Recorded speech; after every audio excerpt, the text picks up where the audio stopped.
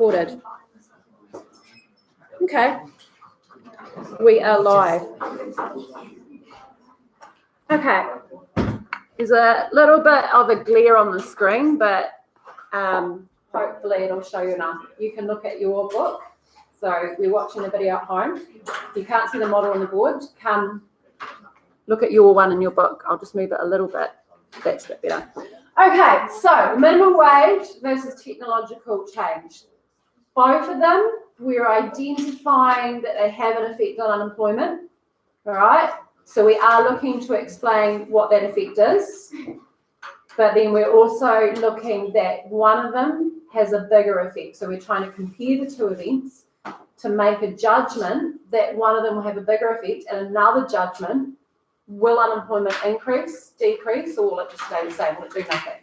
So in your paper, which will be next week, all right, and you've got a practice test on Thursday and we'll finish it on Monday, there are 3 questions. The first 2 are really just assessing the causes of unemployment. So how does a minimum wage cause unemployment?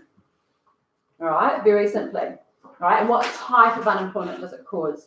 Technological change, how does it cause unemployment? Okay, and what type of unemployment? Then it's about comparing the two. So you talked about them separately. Okay, let's bring them together. Will they cause unemployment to rise? And you need to make a call on that. Why? And, you know, of the two, which is the one that's more concerning? Which one's likely to have a greater impact? So with what you have in front of you, I kind of want to go through it to try and fully explain what they do, but actually start looking at the compare and contrast in terms of which one's greater? What do we need to think about? What's the classic argument? What are other arguments? Why is it that statistics show that unemployment actually falls when it's been risen in the past? What's that about? What are the logical reasons? So the first thing I suggested to you is in your compare and contrast template that you might want to make a little sentence to explain what a minimum wage is. So a minimum wage is the legal minimum that a worker must be paid in the labour market. So you could call it a price floor is another name for it, but just be clear what it means. You asked about the equilibrium wage. When you have a minimum wage, there is no equilibrium wage. The market's not allowed to go to equilibrium because it's deemed to be too low. Too low because we're talking about a minimum wage. If it was too high, then you'd be talking about a maximum wage. That's never going to happen. Okay, no. Okay, so here we're talking about a minimum wage. So we leave that equilibrium because otherwise it's going to be way too complicated. You want to put it in, you can. If you wanted to put it in, you might do that to talk about the before and after. No minimum wage versus the minimum wage. I'm going to leave it out. Technological change. All right, so we'll go over what's happening here in a second. I suggest to you that you should have a minimum wage in this market because there is one. But if you find it too complicated, you could maybe just leave out the minimum wage and just treat it as a labour market with just equilibrium, no minimum wage. It might simplify it in terms of explaining it. But it should be pointing out that all markets in New Zealand, all labour markets, have a minimum wage. So in your compare and contrast template, the first box is, what are they? Price floor or minimum wage versus technological change. And then the second bit is how are they alike? So if we look at these 2 models, you can also look at ADAS, but I think we'll just look at these for now. All right, how are they alike? So things to think about how they're alike is that in both scenarios, what do they do to unemployment? Yeah, they definitely increase it. So if we're looking at here, and if I just use the A and the B again, unemployment here, when you had just a minimum wage, so this is maybe before Monday, the minimum wage went up. So possibly some sort of people who don't like the government doing things like minimum wage would say, right, that was unemployment in New Zealand before the 1st of April 2019. Now you've increased it by quite a big amount. It's like 1770 or something like that. Unemployment's going to increase. And voluntary unemployment, to be specific, is going to increase from A to B. Right, so remember that the type of unemployment created with a minimum wage is involuntary. There's no demand for their labour at that wage. Then, if you increase the minimum wage, I don't need that, you're going to increase involuntary unemployment. I could write that, but I think sometimes it's easier just to use a key and go A and B, right? You choose. So we can therefore say categorically, well, that one increases unemployment. This one here, if there's a minimum wage, we have not ignored the fact that it's increased. The demand for labour would decrease. We'll get us to the why later, but you can see if the demand for labour decreases in a market with a minimum wage, here's your involuntary unemployment before, A, so the distance between the quantity supplied of labour and the quantity demanded. When the demand for labour falls, because now machines can do your job better, and also for some people, nobody wants the product you produce, it's obsolete, then you're going to get an increase in involuntary unemployment. Okay, so again, involuntary unemployment before, and then demand falls. What happens? The quantity demanded falls at every price. At that price, which is the wage, it falls to QDL1. So involuntary unemployment will go from A to B. In my books, both these cases have caused unemployment to increase. That's a categorical yes. All right, so how are they alike? They both have potential to cause unemployment to rise. Right, so that's like both of these have the potential to cause unemployment to rise. The minimum wage is likely to cause involuntary unemployment to rise because blah, blah, blah. However, technological change can also cause involuntary unemployment to rise because demand for labour will fall, blah, blah, blah. Okay, so that's how they're the same. Here, if we're talking about the why, what's the main reason why the quantity demanded for labour falls? What's the rationale here? So we've got a decrease in the quantity demanded of labour. The key reason is that COP. Yeah. So costs of production have increased. So if you're at a basic answer, that's kind of an obvious. I'd be looking for that. It seems to me that's the easiest thing to say. That involuntary unemployment is going to increase because the cost of production have increased, right? Wages are a cost of production. They've increased. Maybe a slightly better answer is going to go, so that reduces profitability for firms, so they decrease their quantity demand of labour.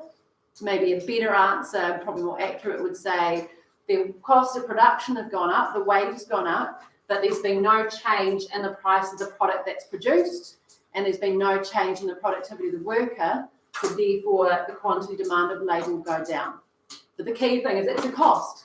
That's the key reason, right? And then it links into so they won't want as many people. This one here is a different reason, and there's lots of ways to explain it. What you probably need, and I left off there, is QF, so the full level of employment in the labour market.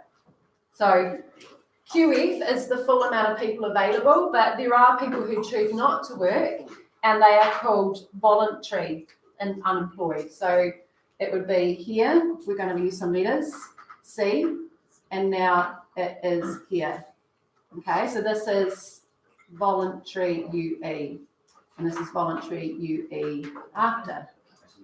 What's happening here? It's the idea that as wages increase in a market, those people who are not offering their labour, right? Voluntary means they could be offering their labour, but they choose not to because the wage is not high enough. But now the wage is going up, so we talk about the opportunity cost.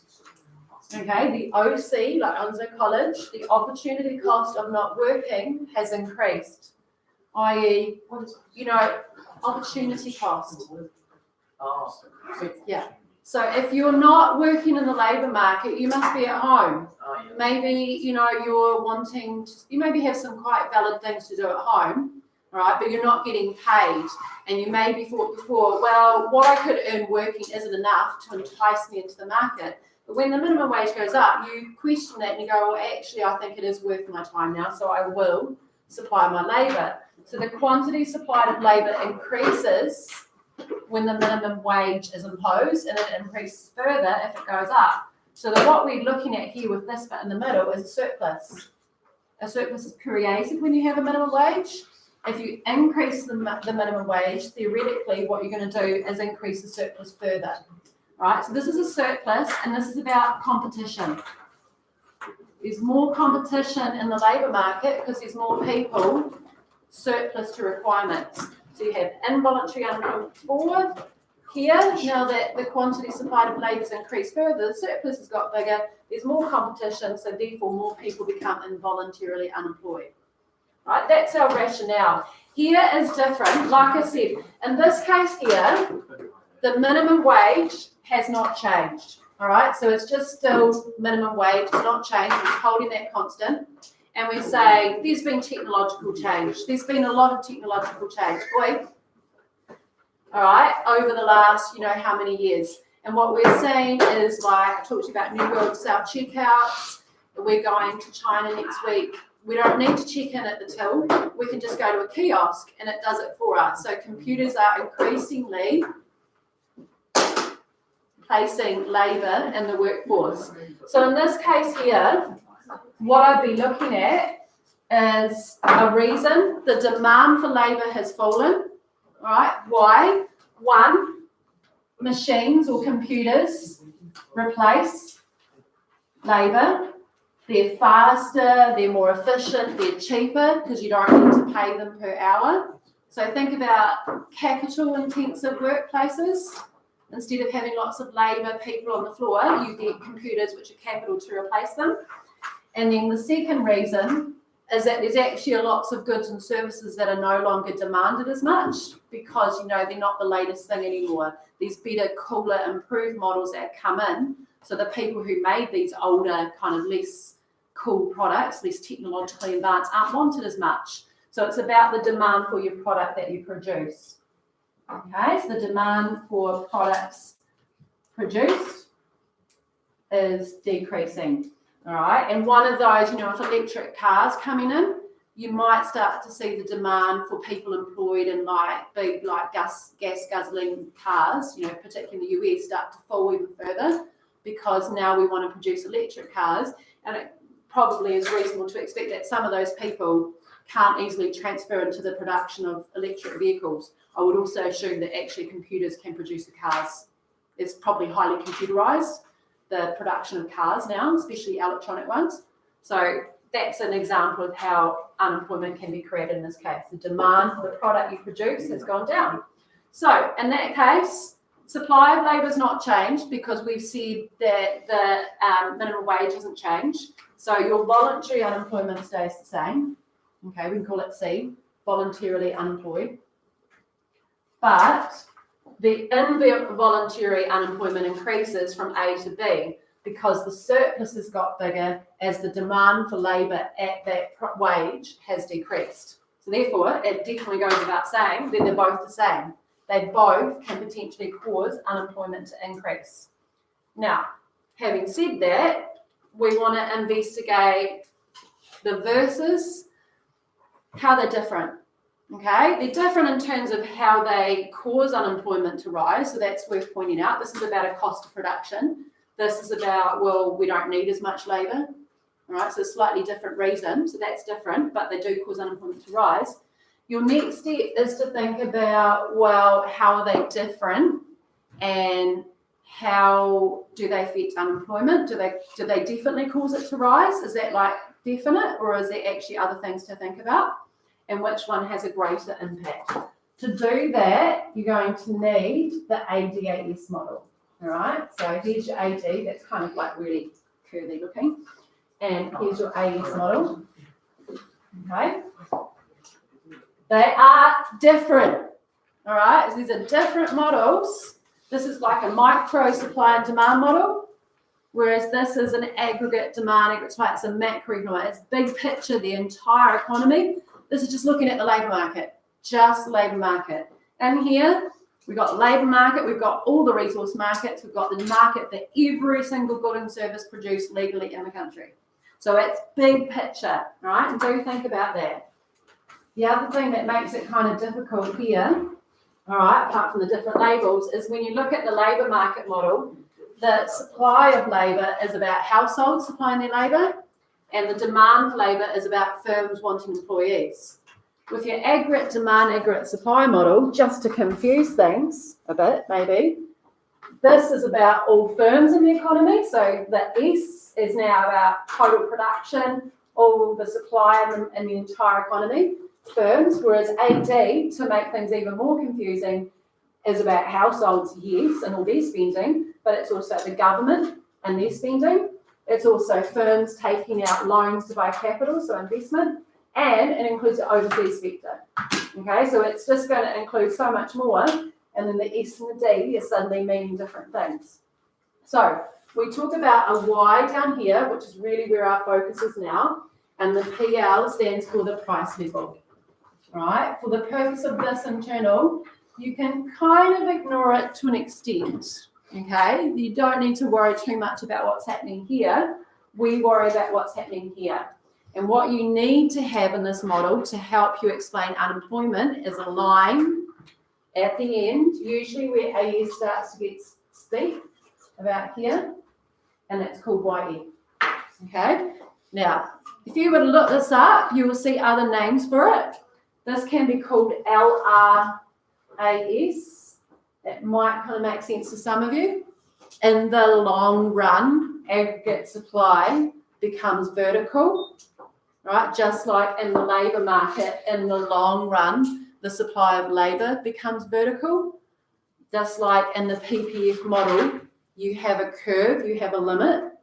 There is only so much that New Zealand can produce, like at any one time, due to our limited resources and technology. So that's why Y is there, and that's why it's sometimes referred to as that. Okay, so things to point out before we start talking about these two events is that Y, to make things confusing, this talks about output. So Y in economics represents your output, your production. So output's just a fancy way of saying production. It also refers to your income. Okay, so if you think about it, what you produce, you can sell and you can earn income that way. So there's kind of a logic here. And also it is referred to as employment, which is where we use it, because you'll get your income from your production, which is your output. To produce your output, you need resources, right? And when you use resources to produce stuff, you need to hire people. That's employment. So they're all linked together. And the statistic we use usually is real GDP, or we can also look at employment stats. All right, so much going on here. So just looking at this straight away, we have unemployment. There is definitely unemployment here because, wait, at the back, why do we know that there's unemployment in this model? You know straight away that this economy, this is going to be New Zealand, but it could be any country. We know that there's unemployment because this is here and that's there. The difference is, it's unemployment. If we had no unemployment, Y would be right on YF. Y would equal YF. It's like really impossible, right? But what we're saying is that anytime you're producing less than your potential, which is this, you have unemployment. Right? Another name for this is recessionary gap. You don't need to worry too much about that. Output gap, there's a gap between your full level of output and your current level. Anywho, let's start talking about this stuff here. So with the research that I wanted you to do, that we've looked at those articles already, like we looked at them like weeks ago and had a reread, hopefully, some of you more than others, about the minimum wage increasing and people like predicting, it's going to cause unemployment to rise. Like that's here. But then there were other like quotes, statistics and evidence saying, it's not going to rise. You've got it totally wrong. You're panicking. That's not going to happen. All right. And that's because they're taking a wider look. So if we were to sort of take the ideas from here to here, and I'll just deal with the minimum wage to start with. If we look at the minimum wage, the increases, so the minimum wage increases, the classic argument is it's going to increase cost of production. Right. So in terms of how they're different, there's this bit you've got already, right? So the demand for labour decreases. The demand for labour is related to production. If you're not having as many resources employed, you're not producing as much. If your costs go up, you're less likely to want to produce because your profitability goes down, right? Cost goes up, no change in the demand for your product, no one's offering to pay you more. then you're going to be like, oh, I don't really want to supply as much anymore. So for most firms in the economy, they're like, oh, I am going to decrease my production. That means that AS could decrease. We say could because, there might be some firms that might go, oh, actually, I think that I'm quite happy to pay that. And I'm not going to let people go and I'm not going to produce less. I'm just going to take a cut in my profit. Some of you who are doing business and you're doing motivational studies, and if you read those articles, might have seen that there's evidence that increasing wages increases productivity. And therefore, maybe they don't feel the need to decrease employment. They don't feel the need to decrease production. So that may not happen. So always in economics, we have a could, might. But let's just stick with this. That could happen. Okay. But then if we think about how that point there, so we kind of go, but could it increase productivity? If I pay my workers more, they might work harder and more efficiently, they might feel more valued, and therefore I'll get more productivity, and actually it'll be worth paying them more, so I'm not going to hire less. I'm just going to keep employing the same amount of people as before. And if you think about, and this is just where it gets really confusing, if productivity increases, that could increase AS. Right? So you may not see this, you might see this. Right? So some of you who read those articles about those employers who think it is worth paying their workers more, and they talk about how they've noticed productivity gains, you could say, well, actually, I think that increasing the minimum wage won't decrease AS. I think it'll actually increase it. And that has a very different effect on employment. So you got that. Then there's the demand side of it. So this is one side of the story. All right, another but, so let's go 1 and 2, is the effect it can have on AD. All right, 1, and we can talk about it, sticky wages. Kind of sticky prices, sticky wages. There's sticky wages and prices. Prices and wages tend to be sticky. They don't just, go up or down, just like the model says. The model seems to suggest that they'll go up or down. They may not. They may get stuck because people are in contracts, right? You're in employment contracts, that's true. But also like producers have entered into contracts with their suppliers. They can't just suddenly say to them, you have to pay me more because like inflation's gone up and my costs are rising. And the people they work with will be like, well, no, sorry, buddy, you signed that contract 4 months ago. You have 2 more months to go. That's what you're paying us, right? And also, they might have a really competitive market where they want to increase their prices for their customers, but they know that I can't really do that because I've got all this competition around me. If I increase my prices, they're just going to go next door. So there can be a lot of reasons why producers actually don't like to increase prices. If bring it in Christchurch, after the earthquake, there was a lot of building, and actually this came up in Scholarship Economics a couple of years ago, that the housing market, there was a massive surplus. In a surplus, prices should fall. Yeah, it's logic, but prices weren't falling. So rental prices were stuck. All the rental agencies were like, you need to decrease your rent. People aren't going to rent from you because you're charging too much and there's plenty of other options available. But landlords just were taking longer and longer to readjust the expectations. They were holding out and going, no, I don't want to drop my rent. I want to keep it high. But it was taking time and education from people in the know. You will rent that property, but you need to drop your rent. You're charging too much. There's a surplus of properties. Drop it, right? Then it'll get rented. It's one thing to say it to someone, but it can take time for them to adjust. Adjust maybe their interest rates they're locked into, that kind of thing. It could have been that. And then the wage will fall with it, in this case, rent. So with sticky wages, maybe the point would be, okay, your costs have gone up. You can't just let someone go. You can't just say, Rhiannon, I don't want you here, so I'm going to let you go. You're on a contract. So you have to serve out your notice. I have to maybe give you redundancy potentially. So actually, a lot of people won't get let go. So there's probably an argument that there'll be a sizable number of people who are going to get an increase in their income. Okay? So incomes for households will increase. And maybe just think about the fact that, okay, the minimum wage is going up. I can't just suddenly stop producing right today, all right? I can't just suddenly let staff go right today. I can't just stop hiring people. I've still got orders to fill. So I still need to keep on producing at my current level. So we can definitely expect at least an increase in income for some households, potentially a sizable proportion. if you think about this thing here, that some employers recognise that actually they should pay their workers more. You know, like actually I don't have a problem that it's going to increase my costs. I think it's worth it. I think it'll pay off in terms of increased motivation and productivity. So they're going to increase the wages and not let staff go. If that happens, then we can say that consumption would increase. All right, and this is the idea, like you could just say generally, oh, households get increased incomes, they go spend it. They could save it, but they could also well spend it, and they won't save all of it. So there's going to be increased consumption, which everything else held constant, ceteris paribus, aggregate demand would increase.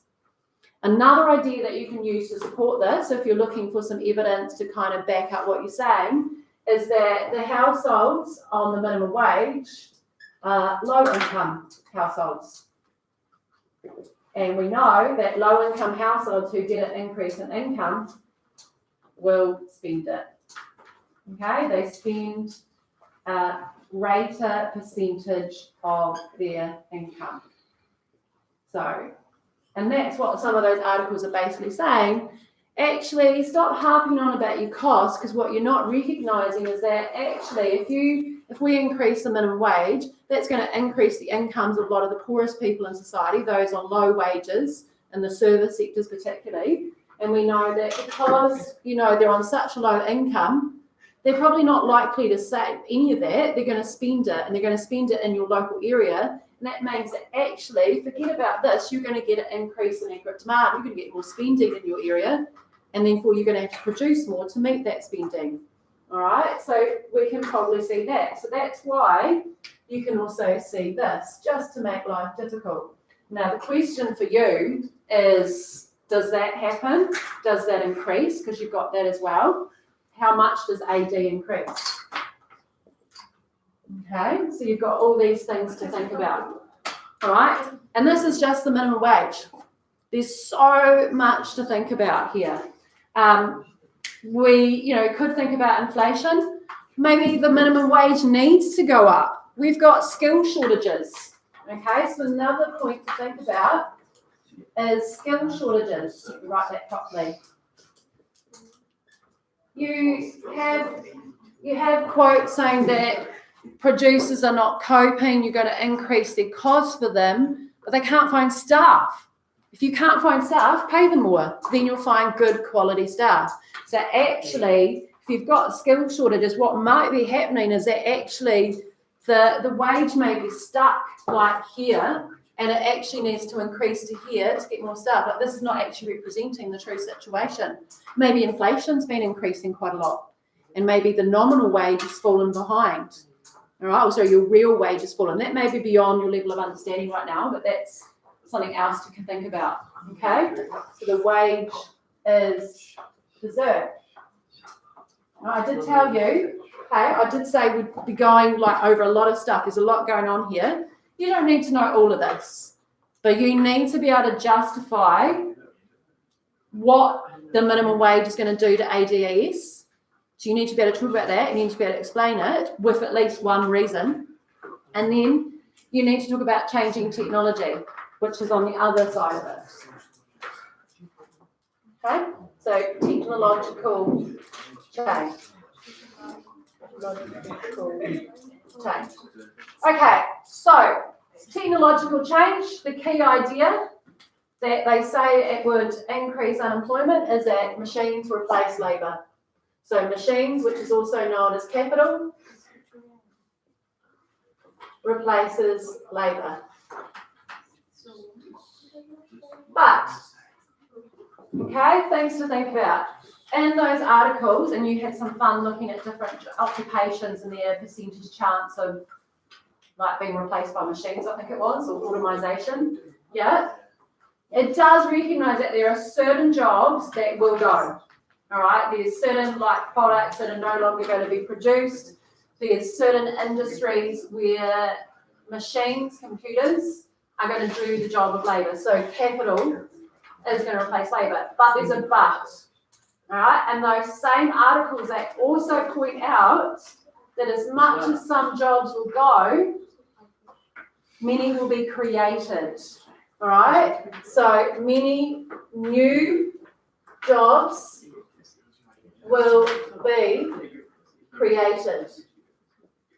Okay, so it's kind of saying, yes, the demand for labour might fall for certain jobs, but then actually you're going to get a massive increase in demand for other types of labour, all right, for other jobs that are now created that didn't exist 5-10 years ago. So this is a massive bar, and it gives you many examples of different jobs. There is a little bit of an issue here when we talk about structural unemployment, and that might be a problem, that there are new jobs created but people need to upskill. Okay, so labour needs to upskill. So you're saying, oh, bad luck, you've lost your job, that's really sad, but don't worry, there's another job for you, but you may need to go on to training. That could be easy, like to say, but that may take time, so there might be a lag between that person retraining and getting into jobs. All right, and for some people, that's actually really hard to do. All right, they can't just upskill, they're old, they find it difficult and challenging, okay, or they didn't finish school because they didn't pay attention and they didn't get good qualifications, and now they have to like actually put a lot more effort in, and you know, it can be different motivations. So that can be true, but it may not be a big hurdle. With the minimum wage, there also is true, the minimum wage can leave people unemployed for quite a long time. We call them long-term unemployed. And that they've been unemployed for actually a year plus, several years. They too start to become structurally unemployed as well. But the question is, you know, okay, so there's a lag. People are going to get replaced by capital, but there's still certain jobs that they can still do. They'll be sort of stuck on the minimum wage. They're not necessarily going to wage increases, but they could upskill and they can move in to take some of these new jobs that are coming. Another thing to think about with technological change is that productivity factor. All right, that technological change does mean that for some firms, for quite a few, they can actually get more capital, better machines, better computers and stuff to give to the existing labour so that they can work better. It's like, oh, I've got a flash new computer for you now. It's going to help you do your job 10 times faster. All right. So is that complementary idea that actually technological change can complement existing labour and make it more productive? So potentially AS might increase for that reason. Productivity gains. And if you think about that, one of the factors of aggregate supply is technology and productivity. So with more technology, you tend to get more productivity. AS generally tends to increase.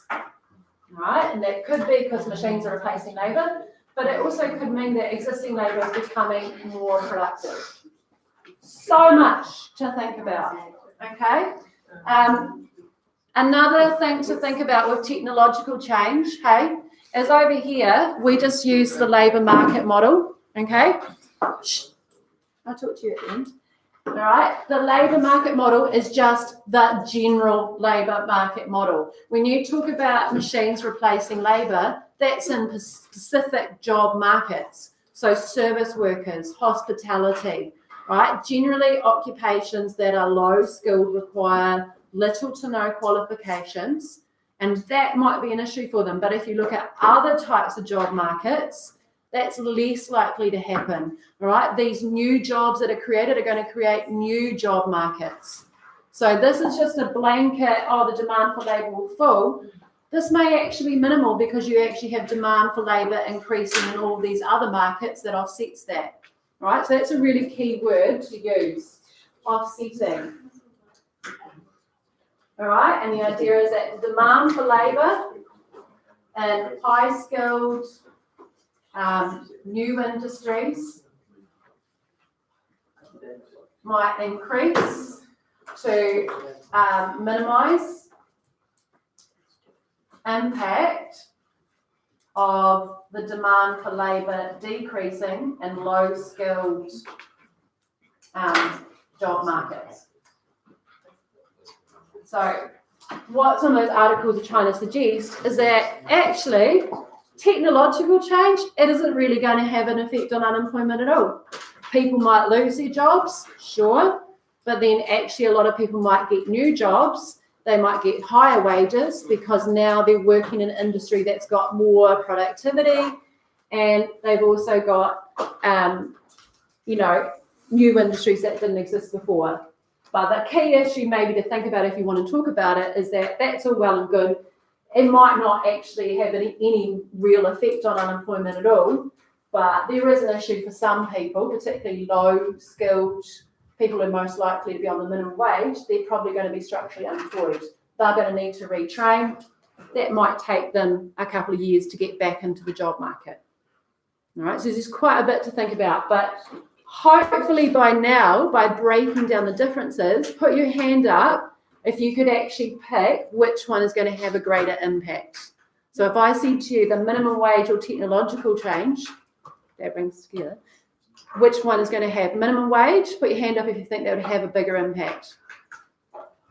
Yeah, I would think, and I think you're going to find in your test that it actually says this, okay, the minimum wage is going to have more an effect. Because here, there just could be no real change in the end. Because of that idea, well, yeah, you lose jobs here, but you create jobs here, right? Demand for labour falls here, but the demand for labour picks up here, and we're actually no better off. In terms of ASAD, you might see look, I wrote that wrong. That's AS. What did you say? The AS curve might increase because of productivity from technological change. That's not a bad thing. The AS curve might increase because the minimum wage increases motivation, increases productivity for labour in a lot of like hospitality and service sectors, which do make up a sizable percentage of our economy. The tourism industry is I think it's our biggest contributor in terms of exports. So it's important. Does the AS curve maybe decrease because costs have gone up here? Maybe. Okay. But is there a chance that AD would increase? Yes. Okay, so you don't need to talk about all of this, just pick what you're comfortable. Maybe you're just going to ignore AS. You're going to say, look, AS, it's hard to tell what's actually going to happen there. Maybe it might decrease because costs have gone up, but then it also might increase again because of productivity gains of both events or even just the minimum wage. So maybe the AS is just going to stay at AS. But I do think that a lot of the articles you read are suggesting injections. You pay people more, this is going to lead to more spending. Consumption is the biggest part of aggregate demand. So it would be realistic to expect that it's probably going to increase AD. All right, and that means if we end result here, so the final conclusion, what does it do to unemployment? Read your result. So if I say, I'm going to stick with the original AS and I'm going to go here, check this out. We're almost done. Okay, I'm going to say unemployment has decreased. I'm probably, in this case, I've got enough to support my conclusion. The minimum wage is more important. I've given my reasons why. And I'm going to say unemployment will decrease because this is the recessionary gap before. Okay, so this is my B and this is it now. I said that wrong way. So the minimum wage is going to have the greatest impact on unemployment for the reasons outlined. Okay, as I said, Oliver, technological change probably not really going to have any real impact on unemployment. It can only be positive. But the minimum wage, I think in the current environment, especially with skill shortages, is actually going to boost consumption and aggregate demand, and therefore output's going to increase, which means we need more resources to meet that additional demand. So we're going to increase production, which means the gap between Y and YF is going to decrease from A to YF minus Y1B. Therefore, unemployment should decrease. However, you may disagree with me. All you need to do is use your information. Okay? So that will be the end of our stream. I'll pop that up later. I know.